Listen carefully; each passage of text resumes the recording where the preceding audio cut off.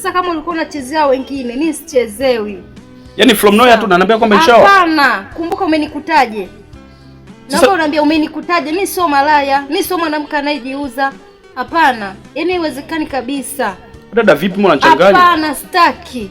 Kaka, hapa ndo umeshaoa. Oya sikia, hebu jiandae uondoke nyumbani bwana. Sitaki, siondoki hapa. Yaani kuhusu kuondoka, siondoki, hiyo sahau. Yaani inawezekana vipi yani unifanyia? Dada nisikilize. Na ndio maana huaga kuna mali, kuna kishika uchumba. Yaani kiufupi ni kwamba ndoa huaga inaandaliwa. Sawa? Kama ungetaka hivyo mahali kishika uchumba ungekuja nyumbani moja kwa moja. Usingenileta hapa ukaniharibia usichana wangu. Sawa?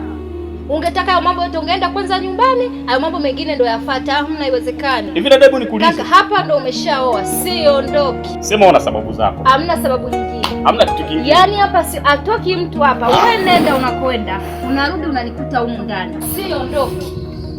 Siondoki hapa. Yaani ulichonifanyia marejeo usichana wangu. Unajua mimi sijajipanga kwa lolote lakini unajua. Hicho ulichonipanga na mimi ndo nitakachoanza nacho. Kwa hiyo kama ulikuwa hujajipanga usingenileta hapa.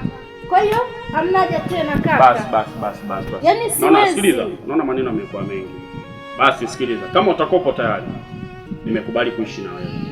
Ila mikiki yote nilionao kwenye maisha yangu itabidi ukubali kuvumiliana nayo. Sawa, nitavumilia. Haya, nakupenda.